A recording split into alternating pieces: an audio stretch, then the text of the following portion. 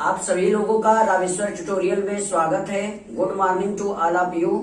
हम लोगों ने संविधान के पार्ट 1, पार्ट 2, पार्ट 3, पार्ट को हमने पढ़ा है। अब चलिए इसके आगे देख लेते हैं। आपने पढ़ा है कि ऑब्जेक्ट रिजोल्यूशन यानी उद्देश्य प्रस्ताव हमारे देश में पंडित जवाहरलाल नेहरू के द्वारा पहली बार संविधान सभा में 13 दिसंबर 1946 को प्रस्तुत किया गया था।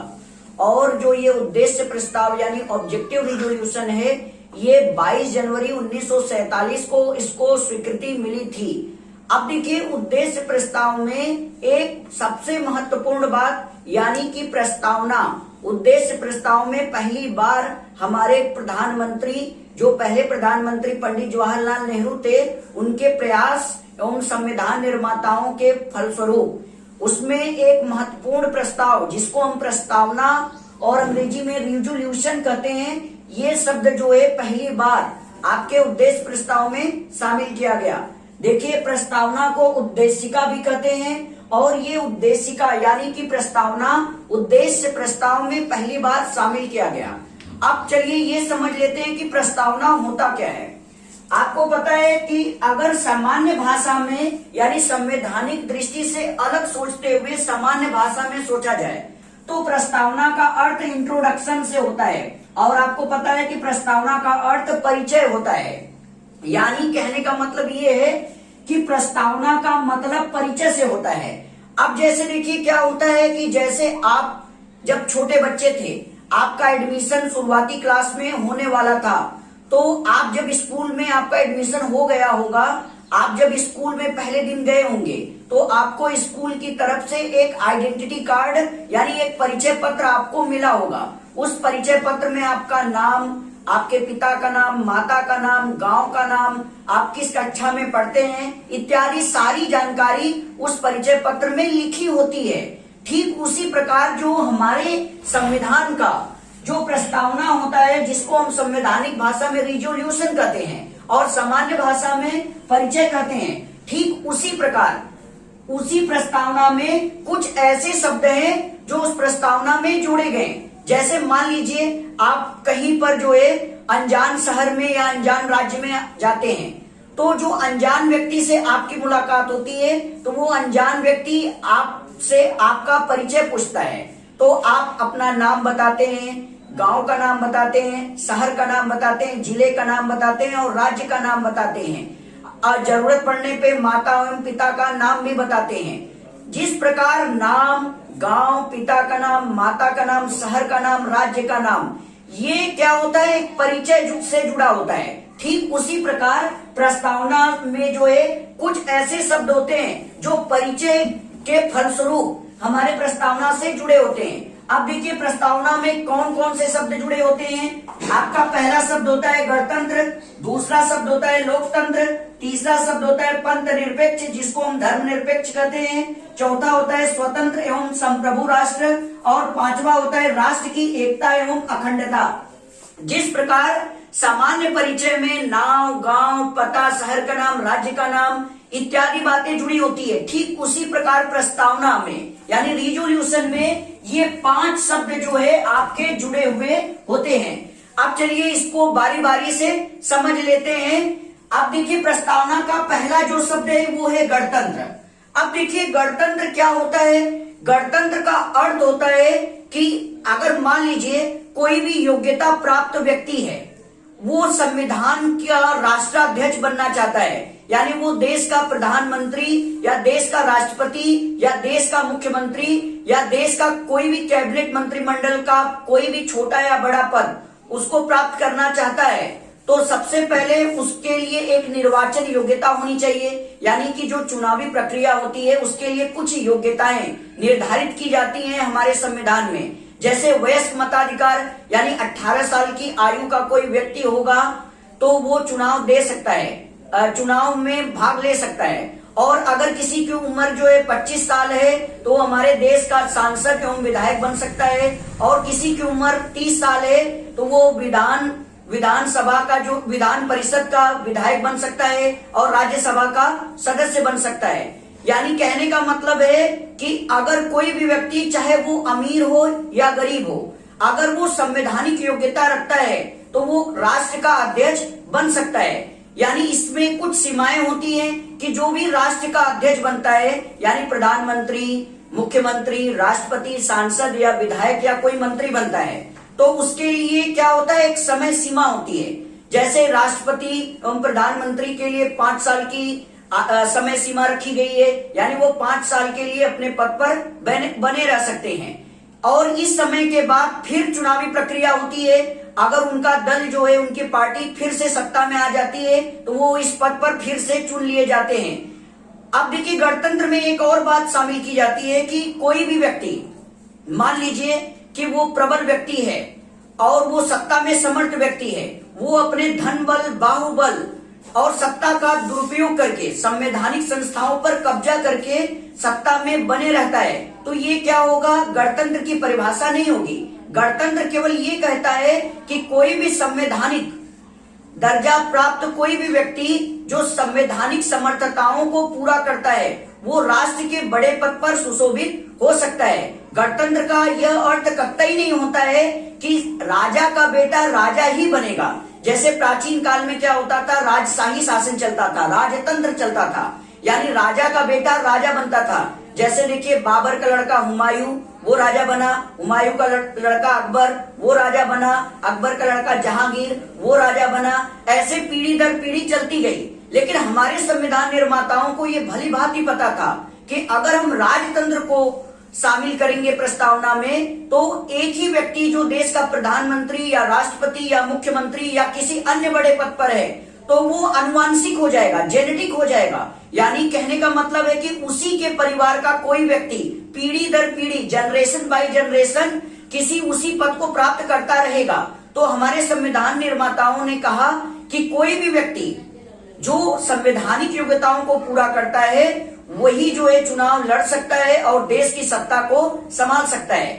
यानी कहने का मतलब ये है कि गणतंत्र जो होता है वो कोई भी व्यक्ति, चाहे वो अमीर हो, गरीब हो, किसी भी जाति का हो, किसी भी धर्म का हो, किसी भी लिंग का हो, किसी भी संप्रदाय का हो, वो देश की सत्ता पर काबिज हो सकता है। इसको हम गणतंत्र कहते हैं। सबसे पहले आप इसका स्क्रीनशॉट ले लीजिए।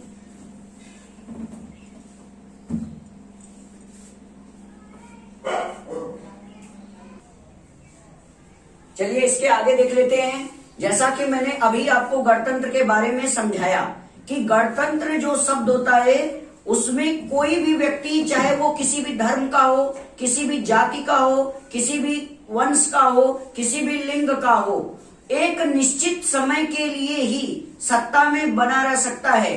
यानी सत्ता आनुवंशिक नहीं होता है कि मुख्यमंत्री का जो परिवार है, यानी मुख्यमंत्री जी का जो कोई परिवार में कोई व्यक्ति है या मुख्यमंत्री का ही लड़का है, प्रधानमंत्री का लड़का है या राष्ट्रपति का लड़का है या किसी सांसद विधायक का लड़का है, तो वो वही पद पर सुशोभित होगा। यानी कि मुख्यमंत्री का लड़का मुख्यमंत्री नहीं बनेगा। गणतंत्र का मतलब ये होता है, इसलिए संविधान निर्माताओं ने गणतंत्र को आनुवंशिक न बना करके उसको निर्वाचन की योग्यता के आधार पर उसको निश्चित कर दिया।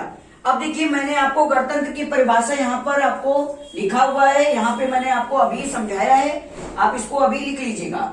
अब देखिए, आपकी प्रस्तावना में जो दूसरा शब्द होता है जो शामिल होता है वो है लोकतंत्र का। अब देखिए, आज के चुनावी जगत में, आज की मीडिया में, चाहे वो इलेक्ट्रॉनिक मीडिया हो चाहे प्रिंट मीडिया हो, आपने डेमोक्रेसी यानी लोकतंत्र का शब्द, लोकतंत्र जो शब्द है वो भली भांति आपने सुना होगा।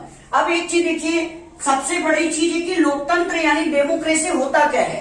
अब देखिए, लोकतंत्र का अर्थ होता है न्याय का समान रूप से पृथक्करण, यानी न्याय का समाज के हर तबके के बीच में समान रूप से बंटवारा करना ही लोकतंत्र कहलाता है। अब देखिए, लोकतंत्र में एक शब्द आता है जस्टिस यानी न्याय।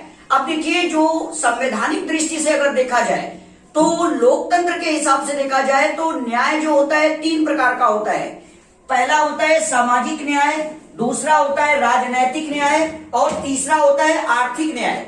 अब देखिए, पहला हमें यह पढ़ना है कि सामाजिक न्याय क्या होता है, यानी लोकतंत्र में सामाजिक न्याय क्या होता है।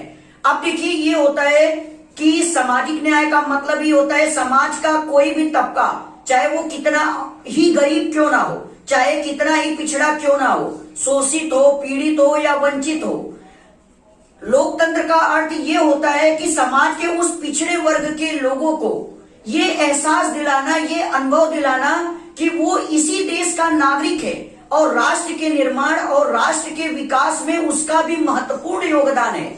यानी कि समाज में फैली हुई जो सामाजिक बुराइयां, यानी धर्म का धार्मिक भेदभाव, जाति भेदभाव, लैंगिक भेदभाव, इस असमानता को मिटाना ही आपका क्या है, सामाजिक न्याय है। यानी भेदभाव की पूरी तरह जो एबॉलिशन यानी समाप्ति होती है, वही सामाजिक न्याय होता है। अब देखिए दूसरा न्याय लोकतंत्र में क्या होता है, राजनैतिक न्याय।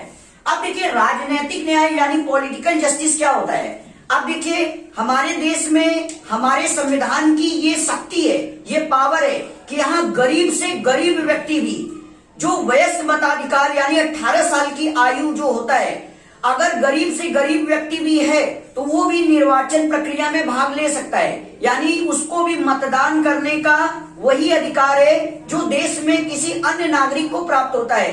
यानी कहने का मतलब ये है कि देश में कोई भी व्यक्ति चाहे कितना ही पिछड़ा क्यों ना हो, कितना ही गरीब क्यों ना हो, उसको भी मतदान में भाग लेने का अधिकार है। यानी वो की वोटिंग प्रक्रिया में भाग ले सकता है, चुनाव में वोटिंग कर सकता है।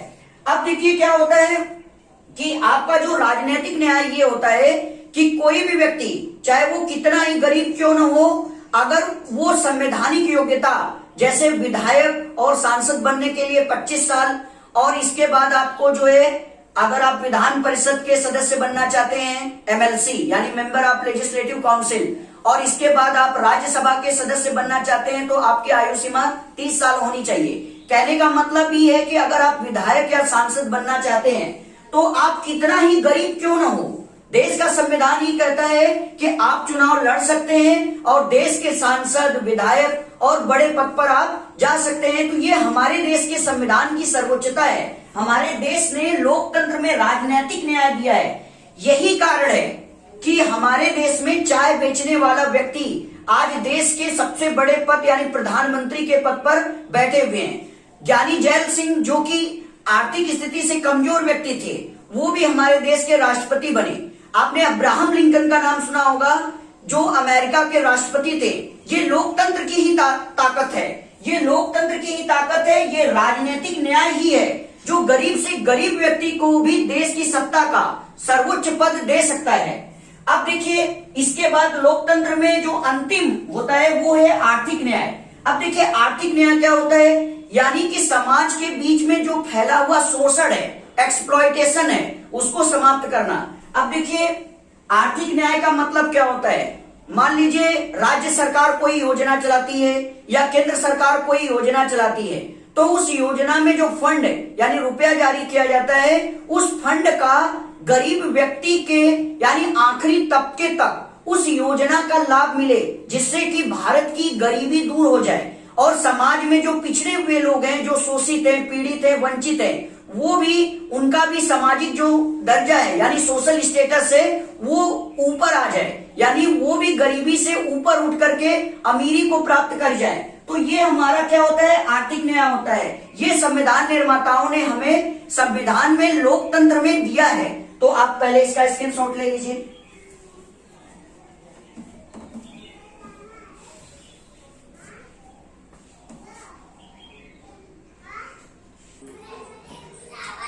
चलिए इसके आगे देख लेते हैं। प्रस्तावना का जो तीसरा सबसे महत्वपूर्ण भाग है वो है पंथ निरपेक्ष, यानी इसको धर्म निरपेक्ष भी कहा जाता है।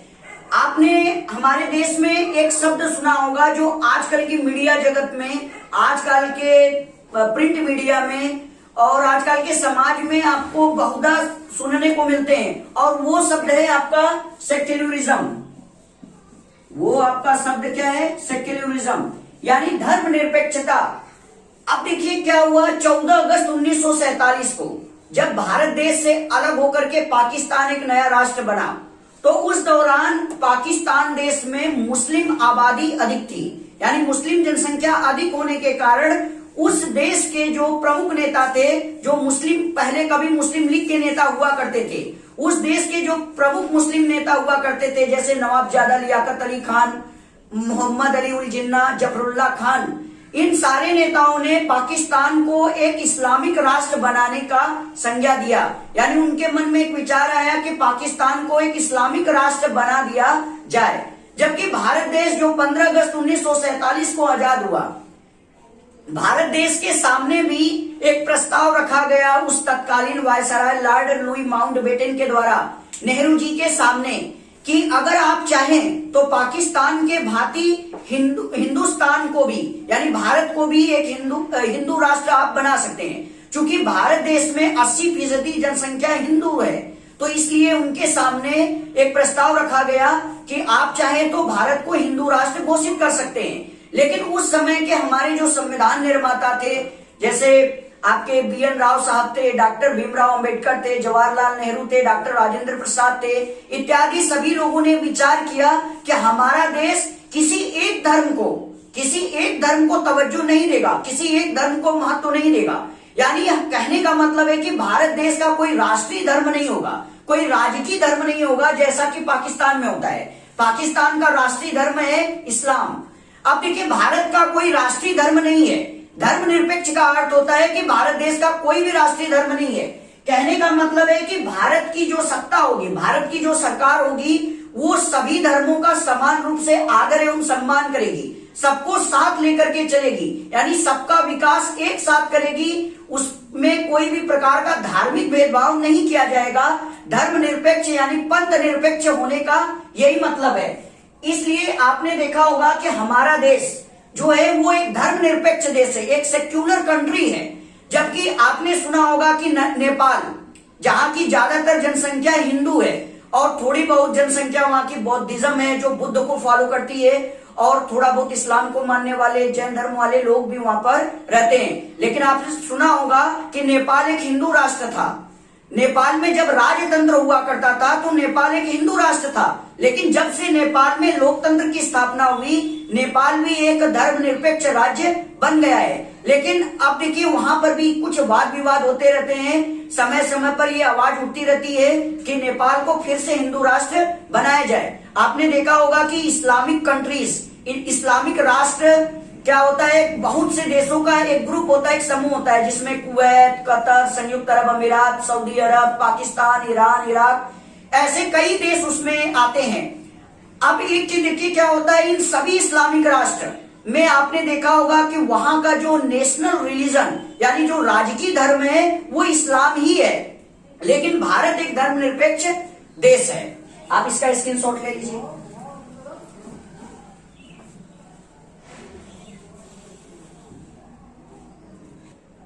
चलिए इसके आगे देख लेते हैं।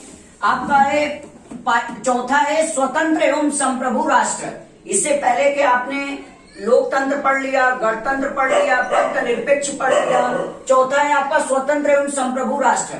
अब देखिए, इसमें एक शब्द है संप्रभु, जिसको अंग्रेजी में सॉवरेन कहा जाता है। सॉवरेनिटी यानी संप्रभुता, यानी संप्रभु देश का मतलब होता है सॉवरेन कंट्री। अब देखिए, संप्रभु का अर्थ क्या होता है, अपने सम्मान एवं निजता की रक्षा करना। अब देखिए, यहाँ पे एक शब्द है निजता, यानी प्राइवेसी। अब देखिए, प्राइवेसी, निजता का मतलब क्या होता है, यानी देश की सुरक्षा से जुड़ा हुआ जो भी मसले होते हैं, देश की एकता एवं अखंडता एवं देश की सुरक्षा से जुड़ा हुआ कोई भी सेंसिटिव मैटर होता है, उसको भारत देश किसी से भी शेयर नहीं करता है, किसी से बांटता नहीं है। उसी को देश की निजता यानी प्राइवेसी कहा जाता है। तो हमारे देश में संप्रभु देश है। हमारा देश India is a sovereign country, Bharat एक संप्रभु राष्ट्र है। संप्रभु का अर्थ ही होता है कि अपने सम्मान एवं इज्जत एवं निजता की रक्षा करना। आपको पता है कि हमारा देश बुद्ध के पंचशील सिद्धांतों को मानने वाला देश है। हमारा देश कभी भी, हमारे देश का एक ही स्लोगन, एक ही नारा है कि हम किसी भी राष्ट्र के भूभाग पर कभी भी कुदृष्टि नहीं डालेंगे। लेकिन अगर कोई भी देश हमारे सरहद, हमारी सीमाओं में दखलंदाजी करता है, हम पर किसी भी प्रकार का कोई अटैक, कोई हमला करता है, तो हमारा देश उसको छोड़ेगा नहीं। क्योंकि हमारे देश के प्रधानमंत्री जी का एक ही नारा है कि हमारा देश किसी को छेड़ता नहीं है, लेकिन अगर कोई छेड़ता है तो ये देश उसको छोड़ता नहीं है। अब देखिए, संप्रभु का मतलब आपको समझ में आ गया होगा। अब देखिए, संप्रभु का एक अर्थ और भी होता है। आपको पता है कि हमारे देश में जो चाइना और पाकिस्तान पड़ोसी देश हैं, उससे देश की स्थायी साख को खतरा होता है, यानी देश की सुरक्षा के लिए वो एक खतरा है। इसलिए भारत देश क्या होता है, अपने संप्रभुता की रक्षा करने के लिए समय समय पर एक रक्षा समझौता यानी डिफेंस पैक्ट करता रहता है अलग अलग देशों से। आपने सुना होगा कि हमारा देश Bharat S-400 air defence system की डील जो रसिया से किया हुआ है, रूस से किया हुआ है, यानी हमारा जो देश है वो S-400 एयर डिफेंस सिस्टम को खरीद कर देश के सरहदों की, देश की सीमाओं की सुरक्षा करना चाहता है। जैसा कि हमें पता है कि हमारे देश का जो विवाद है, सीमा विवाद है, वो चीन के साथ इस समय चल रहा है। तो इस तनातनी, इस विवाद के बीच देश की सुरक्षा के लिए S-400 एयर डिफेंस सिस्टम एक बहुत बड़ा गेम चेंजर साबित होने वाला है। लेकिन अमेरिका ने भारत को एक धमकी दी है कि अगर वो S-400 एयर डिफेंस सिस्टम की डील को कैंसिल नहीं करता है तो उस पर काटसा एक्ट की तहत उस पर प्रतिबंध लगाए जाएंगे। लेकिन हमारा देश चूंकि एक सॉवरेन कंट्री, एक संप्रभु देश है, इसलिए हमारा देश कभी भी सुरक्षा को ताक पर नहीं रखता है। यानी हमारे देश के लिए देश की सुरक्षा प्राथमिकता पर है, पहले है, और इसके बाद किसी देश का हित बाद में है। अब देखिए इसके बाद क्या है, आपका प्रस्तावना में जो अंतिम और पांचवा जो शब्द है वो है राष्ट्र की एकता एवं अखंडता। यानी कहने का मतलब है कि हमारा देश जो है अनेक जाति, अनेक धर्म, अनेक वंश, अनेक संप्रदायों को आपस में साथ में लेकर के चलने वाला देश है। अब देखिए हमारा जो देश है वो एकता के धागों में बंधा हुआ है। The variety and university of India, यानी भारत अनेकता में एकता वाला देश है। ये देश सभी धर्मों को एक साथ लेकर के चलता है। अब देखिए हमारे देश में क्या है कि एकता और अखंडता की सुरक्षा क्या होता है, हमारे देश की सर्वोच्च सत्ता करती रहती है। यानी देश की एकता और देश की अखंडता बनी रहे, ये प्रयास जो होती है देश की सरकारें समय समय पर करती आ रही हैं और इस समय भी करती हैं। आपको पता होगा 5 अगस्त 2019 को भारत सरकार ने राज्यसभा में जम्मू कश्मीर पुनर्गठन अधिनियम पारित किया, जिसके तहत धारा 370 और अनुच्छेद 35A को जम्मू कश्मीर से हटा दिया गया। कहने का मतलब है कि धारा 370 और अनुच्छेद 35A में जो प्रावधान लिखे गए थे, जो उसमें बातें लिखी गई थी, उससे देश की सुरक्षा को खतरा था, यानी उससे देश की एकता और अखंडता को खतरा था। इससे पाकिस्तान समर्थित आतंकवाद को बढ़ावा मिल रहा था। इसलिए क्या किया हमारे देश की भारत सरकार ने 5 अगस्त 2019 को जम्मू कश्मीर पुनर्गठन अधिनियम ला करके, यानी उसमें यह प्रावधान किया गया था कि अब जम्मू कश्मीर एक राज्य नहीं होगा, बल्कि जम्मू कश्मीर को बांट करके जम्मू कश्मीर और लद्दाख 2 केंद्र शासित प्रदेश बनाए जाएंगे। आपने देखा होगा कि जिस समय धारा 370 अनुच्छेद 35 से हमारे देश से हटाया गया, आपने देखा होगा पाकिस्तान को मिर्ची लगी। पाकिस्तान क्या है, इस मसले को संयुक्त राष्ट्र संघ यानी UNO, United Nations of Organisation में लेकर जाने वाला था। लेकिन आपको पता है कि सुरक्षा परिषद यानी UNSC, United Nations of security council, संयुक्त राष्ट्र सुरक्षा परिषद के 5 स्थायी सदस्य देश हैं, अमेरिका, रूस, फ्रांस, ब्रिटेन, चाइना। आपको पता है कि पाकिस्तान का समर्थन केवल चाइना करता है, बाकी अमेरिका, रूस, फ्रांस और ब्रिटेन ये भारत के पक्ष में थे। तो पाकिस्तान की इमरान सरकार को वहां पर कोई मदद नहीं मिली। तो पाकिस्तान की सरकार ने ये सोचा कि अगर हम इस्लामिक कंट्रीज यानी इस्लामिक देश का समर्थन हासिल कर ले अंतरराष्ट्रीय पटल पर तो शायद कुछ हो सकता है। तो इसके लिए वो सऊदी अरब गए, सऊदी अरब के दौरे पे अपने विदेश मंत्री को भेजा। जब पाकिस्तान के विदेश मंत्री वहां पर गए तो सऊदी अरब के जो क्राउन प्रिंस है मोहम्मद बिन सलमान जी, उन्होंने ये कहते हुए पाकिस्तान की सहायता करने से मना कर दिया कि भारत एक संप्रभु देश है, भारत एक संप्रभुता वाला राष्ट्र है। अनुच्छेद धारा 370 और अनुच्छेद 35 से भारत देश का आंतरिक मसला है, ये भारत का आंतरिक निर्णय है, ये भारत देश पे छोड़ देते हैं। तो पाकिस्तान के विदेश मंत्री वहां से खाली हाथ लौट आए और इसके बाद उन्होंने कई अन्य देश जैसे कुवैत, संयुक्त अरब अमीरात, बहरीन, कतर इत्यादि देशों से समर्थन मांगा, लेकिन उनको वहां पर भी कोई फल, कोई रिजल्ट वहां पर नहीं मिला। कहने का मतलब ये है कि भारत देश जो है वो एक आपका राष्ट्र की एकता एवं अखंडता को सुरक्षित रखने वाला देश है, एक संप्रभु राष्ट्र है। इसकी सत्ता, इसकी एकता एवं अखंडता को जो हानि पहुंचाएगा, भारत देश उसको हानि पहुंचाने से परहेज नहीं करेगा। आज के लिए बस इतना ही। जय हिंद।